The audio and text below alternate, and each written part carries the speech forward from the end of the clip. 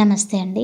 మీరందరూ బాగున్నారని అనుకుంటున్నాను. నేను మా బాబు బాగానే ఉన్నామండి. సో ఈ వ్లాగ్లో వచ్చేసి అండి ఫ్రైడే అండ్ సాటర్డే వ్లాగ్ అనమాట. ఫ్రైడే కొంచెం మనకి ఇంట్లో చాలా పూజలు ఉంటాయి కదండి. గడప పూజ, బయట మొక్కు, మళ్ళీ ఇంట్లో కూడా చేసుకోవాలి. సో ఆల్రెడీ నేను ఫ్రైడే కొంచెం లేట్ లేసాను. సో ఈ రోజు టైం లేకుండే అండి కర్రీ చేయడానికి. సో సింపుల్ గా టమాటో రైస్ అలా చేసుకుంటున్నాను అనమాట. అంటే మీరు ఎక్కువ టమాటో రైస్ చేసుకుంటారా, లేకపోతే పులిహోరనా, ఫ్రైడ్ రైసా, లేకపోతే జీరా రైసా, ఏం చేసుకుంటారో కామెంట్లో రాయండి. సో ఇక్కడ వచ్చేసి నేను సింపుల్ గానే చేసుకుంటున్నానండి. కొంచెం జీలకర్ర, మళ్ళీ ఎండుమిర్చీలు, కరివేపాకు, టమాటోలు అవన్నీ కలిపేసి ఇంకా సింపుల్ గా ఉడకబెట్టిన తర్వాత మనము ఉడకబెట్టిన రైస్ ఉంటుంది కదా, దాంట్లో కలిపేస్తాను అనమాట. సో ఇలా నేను చేస్తున్నానండి. ఇంకోటి ఏంటంటే అండి, చాలా మంది అంటారు టమాటోస్ లో అంటే టమాటోస్ ఏదైతే ఉంటుంది కదా అది తినకూడదు అని చెప్తారు. కొంతమంది గింజలు తినకూడదు అంటే స్టోన్ ఫామ్ అవుతుంది అని చెప్తారు కదండి. సో నాకైతే రెండు దాంట్లో కన్ఫ్యూజన్ ఉంటుంది.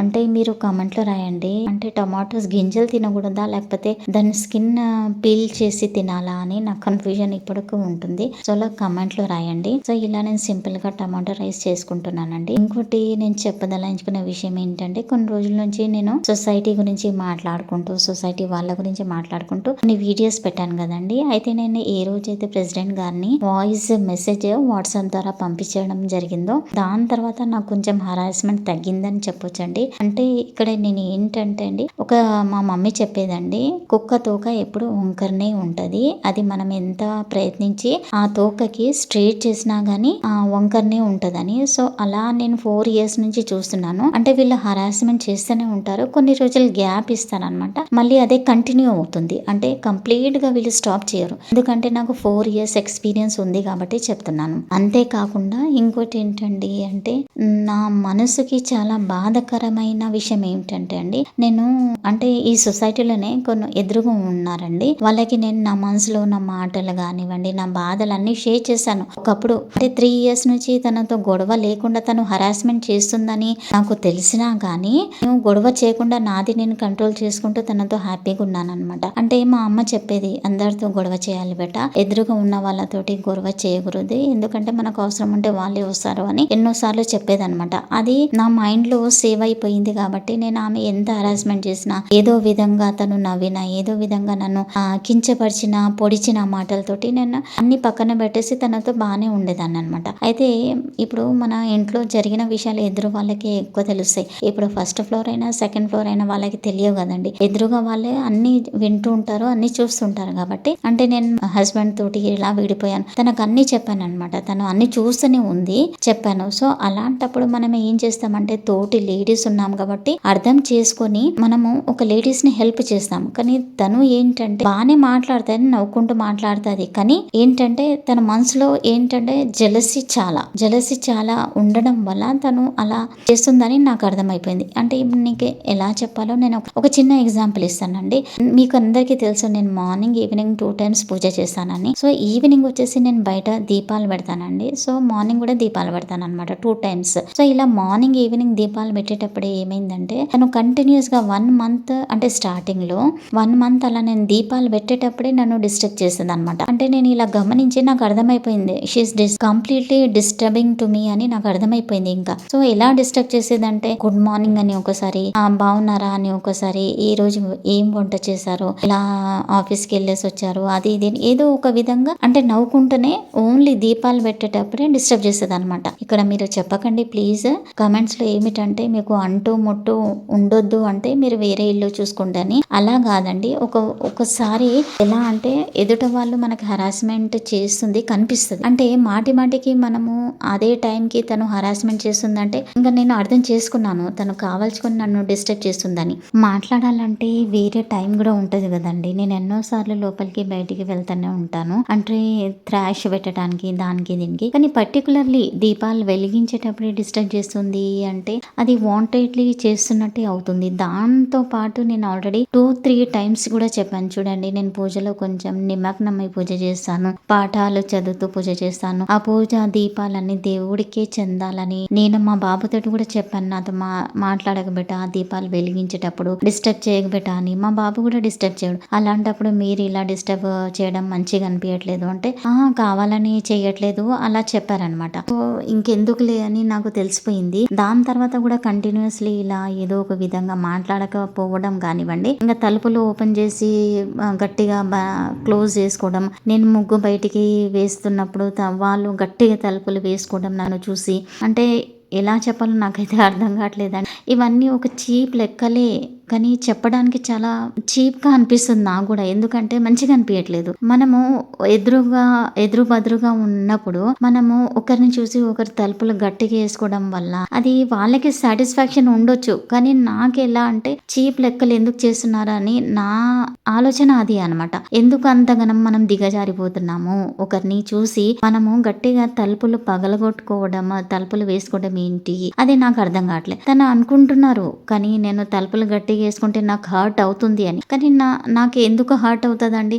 ఆ తలుపులు నావి కాదు, ఆ డోర్ నాది కాదు. తలుపులు తనయి, డోర్ తనయి, కానీ ఒక్క విషయం తను ఆలోచించట్లే. ఏ గడపకైతే తను బొట్లు పెట్టి పూజ చేస్తుందో లక్ష్మి అమ్మవారు ఉంటుందని మా అమ్మ చెప్పేదండి. గడపలో అయితే మనము జాగ్రత్తగా పూజించాలి, గడపకి బొట్లు పెట్టాలి ఎవ్రీ ఫ్రైడే అని. సో నేను అమ్మవారి లాగానే గడపకి ఇలా భావించి నేను తలుపు పెట్టేటప్పుడైనా ఓపెన్ చేసేటప్పుడైనా చాలా స్లోగా చేస్తాను అనమాట. కానీ తను అలా తలుపులు గట్టిగా వేసుకోవడం, విరగొట్టుకోవడం ఇది తనకు నాలెడ్జ్ లేదనిపిస్తుంది. లేకపోతే ఒక్కోసారి నాకు నవ్వు వస్తుంది. ఇలా నేను చెప్తున్నానని అనుకోకండి. ఇది అంటే మనం తలుపులు గట్టిగా వేసుకుంటే మూర్ఖత్వం అని నాకు అనిపిస్తుందండి. అది ఎప్పుడు అంటే నేను బయటకు వచ్చి ముగ్గు వేస్తున్నప్పుడే వాళ్ళ హస్బెండ్ కానివ్వండి, తను కానివ్వండి గట్టిగా వేసేస్తారనమాట. ఇంకా నేను పూజ బయట దీపాలు పెట్టినప్పుడు కూడా ఒకసారి గట్టిగా తలుపులు వేసుకుంటారు, గట్టిగా మాట్లాడతారు, డిస్టర్బ్ చేస్తారు. అంటే నేను నా ధ్యానం వాళ్ళ వైపు వెళ్ళాలని ఆలోచించుకుంటారనమాట.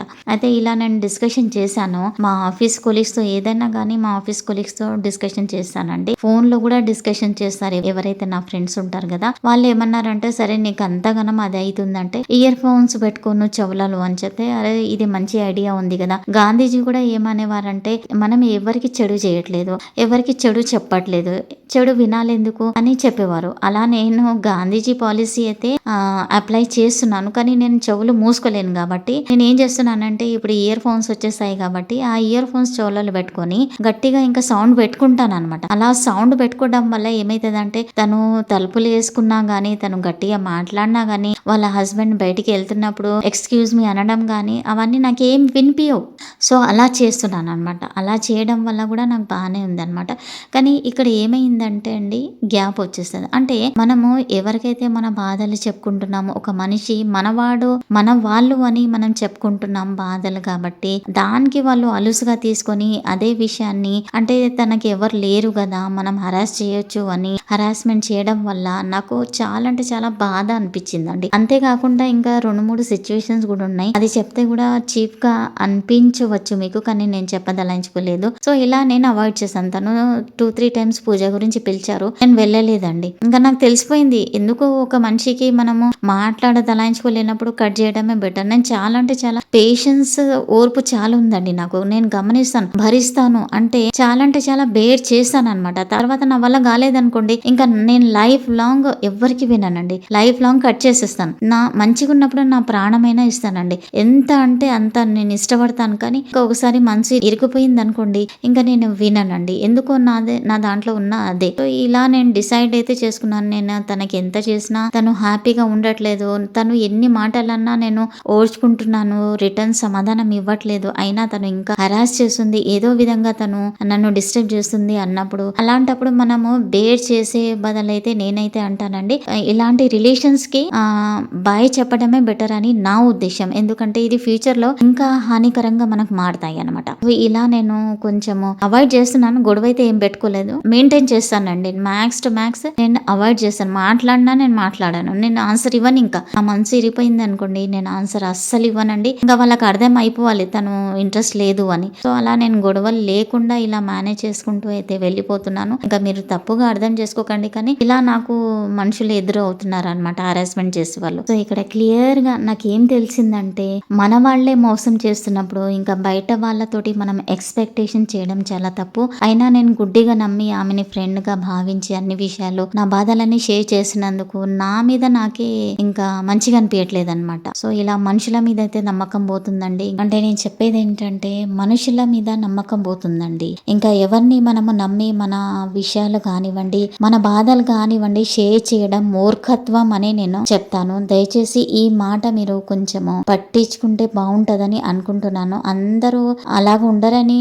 నేను అనుకోను, కానీ జాగ్రత్తగా ఉండాలండి. సో ఈ వీడియో ఒకవేళ నచ్చితే మీరు లైక్ చేయండి, అయితే గనక సబ్స్క్రైబ్ చేయడం మర్చిపోకండి. థ్యాంక్ యూ అండి. Thank you for watching. Thank you so much.